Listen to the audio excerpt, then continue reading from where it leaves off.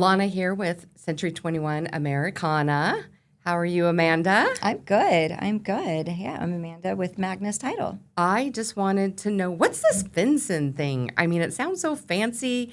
It's some new rule that came out, in March. And, I don't think everyone really knows what's going on with this. So can you enlighten us? Yeah, of course. If you're not in our world, it's something that definitely can slip through the cracks where your buyers and sellers are out there just doing their thing, and we get all this information because we have to abide by all of them, right? So yeah, absolutely, let's get the information out. So FinCEN, which has really always been there, always meaning back to like 1970. Okay. But it was done a lot differently back then.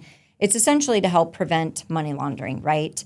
Governments got to stay on top of that. It was a way for them to track if people were buying houses and real estate through money laundering. And what they found, especially in the last 10 years or so, was there was a ton of properties bought through money laundering and evasion, and then also some drug funds, right? So Yes, we don't like that. so now there's new rules because it was too easy before. They did something called a BOI, beneficial ownership interest, and it was just a small little form done online that the person paying cash would have to fill out. So now title and escrow is going to get involved. Agents are going to be involved just because you're going to help push the clients to get the information to us. But the whole purpose behind it is, and actually I'll just kind of tell you who falls under FinCEN, just so we can kind of go down that path. Thank you. So the person that would fall under FinCEN is if they are buying cash, but in an entity. So they're using an LLC or any sort of entity and a trust, not and, or a trust, right? So if they're buying cash in their own name, they do not fall under FinCEN. They do not have to fill out anything additional or do anything extra. But if they're buying a home in a trust or entity, LLC, whatever, then they will fall under FinCEN. And this includes hard money lenders, unfortunately. I know a lot of people think, well, I'm being lent money. Yeah. But unfortunately, they don't fall under the same rules as an institutionalized banking.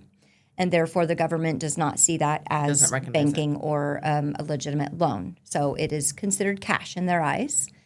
And so there is additional steps. So once they go into contract with the title company, with the help of the agent to tell them, hey, we're going to need all of these additional questions filled out. We have to retain all of that information from that buyer prior to closing. So it will hold up closing if we do not have it. And then we are required to report it to the government. And then they'll do their investigations in the background. So whatever happens after that doesn't affect us. But So my question is, what's the difference? Like, how deep do these questions go? Because typically you're asking a lot of questions from the buyers or sellers anyways. So how much more do they need to provide on these forms? Because it sounds pretty intense, but is it? yeah, I mean it can be and is time consuming a little bit because it's not only asking for just the generic things, right? If it's an entity, we have to have all the documents, entity trust, all that. We have to have all the documents. And within those documents, then the title company has to actually look and see who has ownership or has any beneficial ownership in that company. And anybody that has 25% or more also has to fill out all these questions. Okay. So that's another little thing that could cause a lot of Delay. delay and time-consuming effort on their part. And one other thing a lot of people don't realize is that if there is a decision maker that does not have ownership, like a CEO, but they are a decision maker, they also have to. So because there's like all those little pathways they could take to hide who's actually utilizing that cash at the end of the day, right? So they're trying to hit all avenues. So that's why it can be very daunting. And so it's date of birth of everybody. It's their full names, not just the entities' names. Their I believe there was the Social Security, obviously their addresses. So not just the property, not the property they're buying or their company address. It's like all of their home addresses. All their personal information. All of their personal information has to go within these documents that they're giving to us. And so that's why it can become a lot, especially if there's multiple owners involved. Right. And then, of course, then we get that. Then we've got to compile it all. So we really want to start at the beginning of the process, which is why getting this information out is pertinent because we don't want them to all of a sudden go, why is the title company asking for all this stuff? Because we already get that, and we ask for, the very little bit we need to do our job. Yeah. So I know there's going to be like those times where they're just like, this is ridiculous. They're not wrong, but it's required in order for us to close. Exactly. So. Well, and it's our job to prepare them for all this. So that's why that's another great thing, too, that we know all this. And, things change, in real estate constantly. We always have to stay on top of everything as they do in the title world. So, we're constantly teaching each other, educating each other.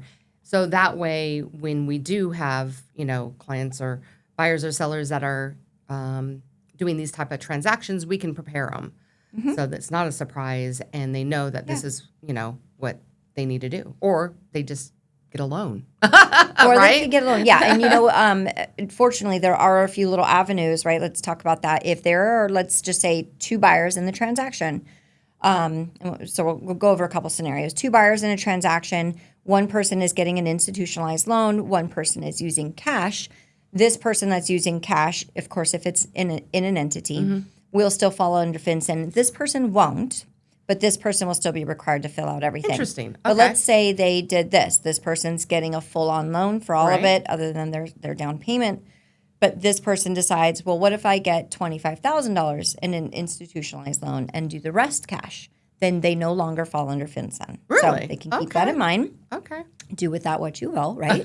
And then some other questions we've been getting recently is, well, what if we sold a property and all of that money's going towards the new property? Does it fall under FinCEN? Unfortunately, it does. Because it's still cash. It's still cash. It is still money not being institutionally lended. One of those words. So yeah, it still unfortunately falls under a cash umbrella. Right. But if they do it through 1031 exchange, that's an exception. That's an exception. It's one of the exceptions. Interesting. Yeah. So, and then we've gotten these questions. Okay, well, what if we buy the home in our name, but then move it to the entity, LLC, or trust afterwards. The fact, right? Yes. But the thing with that is they would have to do it all on their own. Nobody could assist them, an attorney, title company, because at that point, like, we're still involved. And if we're filing or drawing up a deed, then it still falls on us. And so we would still have to do all the FINCEN. FinCEN. We just talked about FIRPTA. FIRPTA's on my mind. So we would still have to do all the FinCEN requirements.